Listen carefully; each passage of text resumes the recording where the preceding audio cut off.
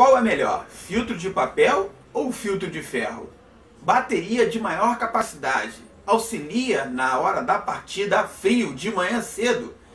Essa e outras perguntas nesse vídeo, segundo vídeo do quadro Pergunta que eu respondo. Não vai perder essa, hein? Eu tô aqui de novo na nossa segundo episódio do vídeo Pergunta que eu respondo. Selecionei 3 perguntas dos meus inscritos no canal e vou responder essas 3 perguntas que eles fizeram, ok? Vamos para a primeira pergunta. O José Roberto perguntou o seguinte: fui trocar o filtro de óleo do motor e na loja não tinha o filtro original, mas o vendedor me indicou um filtro paralelo com tela de ferro, sendo que o original é de papel. Esse modelo de ferro é melhor que o de papel? Para responder essa pergunta, primeiro a gente tem que entender o que o filtro faz, qual é a função do filtro. A função principal do filtro é filtrar e reter as partículas de impureza que está no óleo do motor, tá? Mas isso não quer dizer que um filtro é igual ao outro. Um filtro ele é totalmente diferente do outro. Cada filtro tem a sua aplicação própria, tá? Tem os filtros de ferro, tem um filtro de papel, tem um filtro com trama de aço, tá? Então cada filtro ele tem uma especificação direta de aplicação, tá? Então vamos à sua pergunta.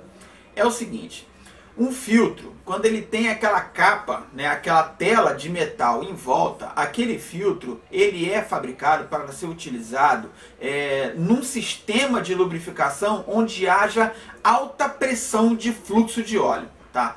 Justamente para quê? Se você pegar um filtro de papel, como esse que são utilizados na maioria dos veículos que tem filtro sob imersão, e colocar ele no local onde o filtro deveria ser de capa de malha de aço, de ferro ou alguma coisa qualquer, esse filtro ele vai encolher e vai reter a passagem do óleo, tá?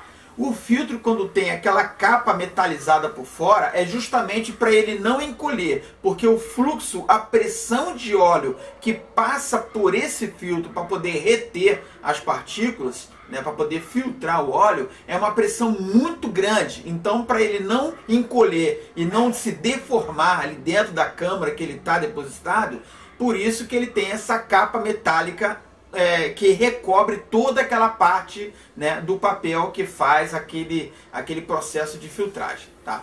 Quando o filtro ele é de papel, ele não precisa disso, porque a pressão de óleo que passa por aquela câmara onde está acondicionado aquele filtro é uma pressão muito mais baixa, então não precisa ter aquela capa metalizada em volta para poder manter o filtro na sua posição original para ele poder fazer aquela lubrificação. Só que tem um detalhe: não quer dizer que o filtro que tem aquela malha metálica ele seja melhor que um filtro que não tenha malha metálica, tá? O importante que você tem que observar é a capacidade de retenção de micros desse filtro, tá? O que é retenção de micros? É o seguinte: o filtro ele tem uma especificação técnica que relaciona a quantidade, a capacidade que o filtro tem de reter as partículas, tá? Isso é dado uma nomenclatura de retenção de microns. O que são microns? A medida do fragmento, tá, relacionado a um metro fracionado em milhão. Em outras palavras, quer dizer, agora me enrolei todo. Em outras palavras, quer dizer o quê? Que uma fração de 1 metro, um micro corresponde a uma fração dividido por milhão em relacionado a 1 metro, tá? É 1 metro dividido em 1 milhão de partes, ok? Então, quando você pegar o filtro, né, que você vai colocar, se você quiser mudar o filtro para uma marca diferente, você tem que observar na especificação técnica do filtro quantos microns que aquele filtro é capaz de reter, tá? Só para você ter uma ideia, 50 microns corresponde à espessura de um fio de cabelo. E o olho humano não consegue enxergar nada abaixo de 40 microns. Então, quando você for trocar o filtro, né, do motor, quando você for fazer a troca do óleo e correspondente juntamente com o filtro, você observa qual é a micragem de retenção daquele filtro, independente se ele tem aquela camada metálica em volta ou não, se ele é de feltro, se ele é de papel ou se ele é de trama de aço. Beleza? Segunda pergunta é o seguinte: toda vez, é do Antônio Pereira agora, foi o Antônio Pereira que fez essa pergunta. Toda vez que vou instalar algo elétrico na moto, eu tenho que puxar um fio negativo da bateria. Por que não tem fios negativos no chicote da motocicleta? É o seguinte, Antônio, isso é uma questão de redução de custo, tá? Um circuito elétrico, quando ele é desenhado pelo engenheiro elétrico para poder fazer uma alimentação de cargas, tudo isso ele é contado, tá? Existe um cálculo que é feito baseado nisso, de qual é a amperagem que vai ser utilizada, qual é a voltagem, qual é a distância, tá? Que essa eletricidade vai percorrer pelo fio, e tudo isso também influencia na bitola do fio que vai ser utilizado, e são vários fatores, tá?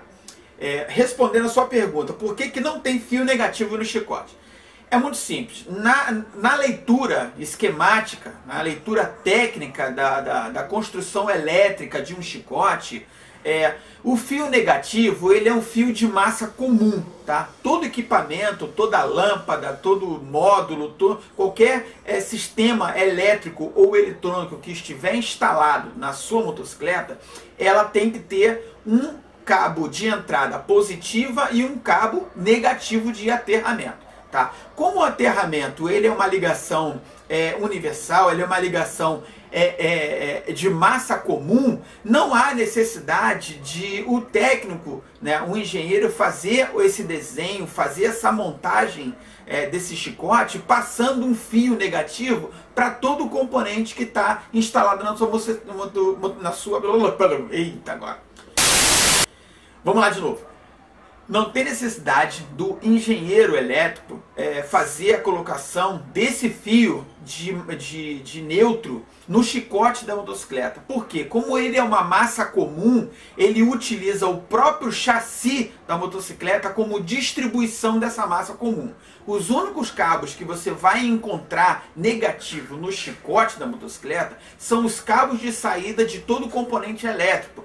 Tá? Tipo módulo, lâmpada, alarme, rastreador, todo esse tipo de equipamento, né, você vai encontrar o cabo que sai desse item, né, eletrônico que está instalado na sua moto. O cabo negativo ele vai estar diretamente fixado ao chassi da motocicleta, que é o quadro da motocicleta. Tá?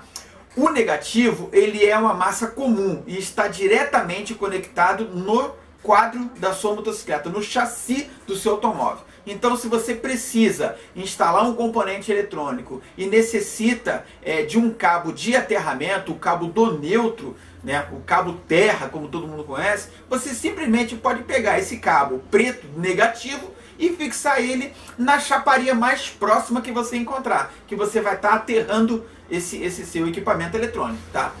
O cabo do positivo, aí sim você vai ter que estender esse cabo até encontrar uma fonte de alimentação contínua ou uma alimentação pós-chave. Tá? É por isso que o chicote, tanto de moto quanto de carro, qualquer outro veículo, ou qualquer componente eletrônico, qualquer veículo que tenha instalação elétrica, você nunca vai encontrar um cabo de distribuição de aterramento passando pelo chicote. É a própria estrutura metálica que faz essa transmissão do negativo como uma distribuição de massa comum. Beleza? A última pergunta do Rogério Menezes. Minha moto usa uma bateria de 5 amperes. De uns tempos para cá, percebi uma dificuldade na hora da partida, principalmente quando a moto está fria. Se eu colocar uma bateria maior, com maior capacidade de amperes, eu resolvo o problema? O Rogério, é o seguinte, quando o engenheiro ele projeta um chicote elétrico, quando ele projeta o sistema elétrico de uma moto, tudo isso é relacionado ao consumo que essa moto tem, tá? Todo o consumo de lâmpada, consumo de motor de partida, tudo que tenha consumo elétrico, ele é medido e projetado numa grandeza da sua necessidade de uma bateria específica naquela amperagem e naquela tensão, tá? Isso, se você está tendo uma dificuldade na hora da partida, principalmente com a moto fria, não quer dizer que a sua bateria esteja ruim. Você tem que verificar o motor de partida da sua moto. Por quê? Com o passar do tempo, né, conforme você vai utilizando o motor de partida e ele vai girando, fazendo o motor da moto funcionar, ele vai tendo um desgaste nas buchas e no eixo, né, interno, ali no eixo do rotor do motor de partida. Com esse desgaste, o motor de partida ele vai desalinhando os componentes elétricos que tem dentro dele, dificultando o seu giro na hora que você dá a partida. Então, antes de você trocar a sua bateria para uma bateria de maior capacidade, você deveria levar a sua moto num eletricista da sua confiança, tá? E pedir para ele fazer as medições no motor elétrico da sua moto. Porque provavelmente vamos colocar aí que tem 90% de certeza que o defeito não está na bateria, mas sim no motor elétrico, porque ele pode estar apresentando um desgaste e pode estar fazendo com que o motor tenha mais força, tenha mais atrito na hora de girar e fazer a sua moto, o motor da sua motocicleta ganhar o giro para poder fazer a inicial partida, tá? Aumentar a amperagem da sua motocicleta não é uma solução, mas sim pode ser um problema que pode ter acontecido no motor de arranque, tá? Porque toda bateria ela tem a sua capacidade de corrente de tensão, tá? E essa capacidade de corrente de tensão, antes dessa bateria ser instalada pelo fabricante naquela motocicleta, ela já foi estudada e dimensionada para poder atender a necessidade elétrica daquela motocicleta. Se você trocar por uma bateria com uma capacidade de corrente maior, não vai alterar em nada, tá, no funcionamento da sua motocicleta. Você só vai estar colocando uma bateria com a capacidade maior sem necessidade. Então, o defeito da sua moto pode não estar na bateria, mas sim um defeito de desgaste no motor de arranque. Beleza? Videozinho curtinho, vou separar sempre 3 perguntinhas, tá? Esse é o segundo vídeo do quadro Pergunta que eu Respondo, o episódio 2 desse vídeo, tá? Vou estar fazendo esse vídeo semanalmente, vou estar upando esse vídeo todo final de semana, ou num sábado ou num domingo, vai depender muito do tempo que eu tiver para poder editar esse vídeo, e toda semana, todo final de semana, ou sábado ou domingo, eu vou estar colocando um vídeo novo no quadro, respondendo a pergunta dos inscritos. Tá com alguma dúvida? Faça a pergunta, que eu vou vir aqui, vou selecionar a sua pergunta e vou trazer e fazer um vídeo respondendo a sua pergunta. Beleza?